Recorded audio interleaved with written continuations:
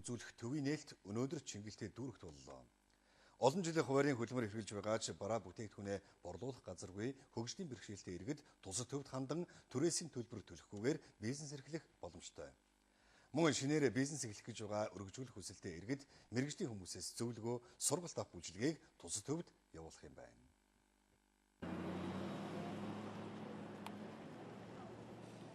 Тус төвийг байгуулснаар Чингэлтэй дүүрэгт 50 орчим ажлын байр шинээр бий болж байна. 10 гаруй жил арьсан эдлэл дашмаг имэйл хийж байгаа энэ гэр бүлийнхэн өмнө нь их дэлгүүр цэцэг төв зэрэг газруудад хямд үнээр бүтээгдэхүүнийг тавьж худалдаалдаг байсан.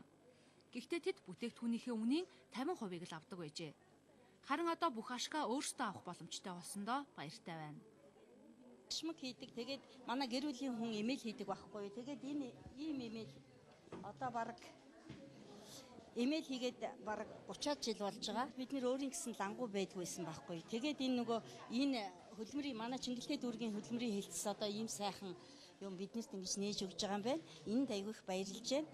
Тэгээд одоо бол орлого бүр их болох байхаа. Цаашд одоо ингээд дүүргийн одоо хөдөлмөрийн хэлтсээс ингээд одоо хөгжлийн бэрхшээлтэй иргэдтэй ингээд дэмжлэг тусалцаа үзүүлээд байх юм бол одоо энэ бүхий л энэ хөгжлийн бэрхшээлтэй иргэд чи одоо үйл ажиллагаа цаашаа дэвжиж одоо ингээд нэг ч гэсэн одоо айлуудын тийм ээ айл өрхийн амжиргааны түвшин дээшлэл гэж үзэж байна шүү дээ. Яг тэдэн шиг 20 гаруй хүн энэ төвд бүтээгдэхүүнээ борлуулж эхлэв байгаамаа. Тэдний цаана хуваараа хөдөлмөр эрхэлдэг хөгжлийн бэрхшээлтэй олон хүний ажлын байр баталгаажиж ашиг орлого нь нэмэгдэнэ. Өрхөн үйлдвэрлэл эрхэлж байгаа манай хөгжлийн бэрхшээлтэй болон жирийн ард иргэдүүд нэлээдгүй их байдаг. Эдгээр маань яг өнөөдөртөө бол яг энэ гэрээрээ өрхөн үйлдвэрлэлээр ингээд амжиргаагаа залгуулж явдаг байгаа. Тэгэхээр бид нэр өнөөдөр эднүсийгээ бас адилж нэг түрээсийн дарамтнаас гаргачаа гэсэн байдлаас бид нэр эхний ээлжинд одоо энэ ч нэг 23 иргэн маань хамрагдж байгаа. Тэгээд юуныхын төвийг нээж өгч байгаа. Өнгөрсөн он салбарын яамнаас хөгжлийн бэрхшээлтэй иргэний хөдөлмөр эрхлэлтийг дэмжих хөтөлбөрийн хүрээнд хөдөлмөр эрхлэлтийн сангаас 2.7 тэрбум төгрөг гаргаж 2000 орчим байнгын ажлын байрыг бий болгосон байна. Энэ жил ч мөн энэ тоог ахиулах зорилт тавьж байгааг салбарын сайд ярьлаа.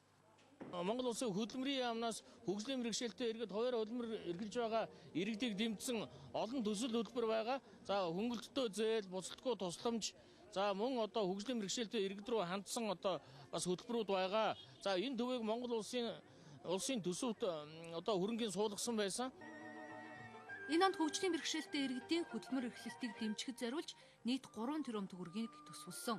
Энэ төсвийн хүрээнд хийж байгаа ажлын нэг хэсэг нь Чингэлтэй дүүрэгт үүд хаалгаа нээсэн хуваараа хөдөлмөр эрхлэгчдийн худалдаа үйлчилгээний төв юм а.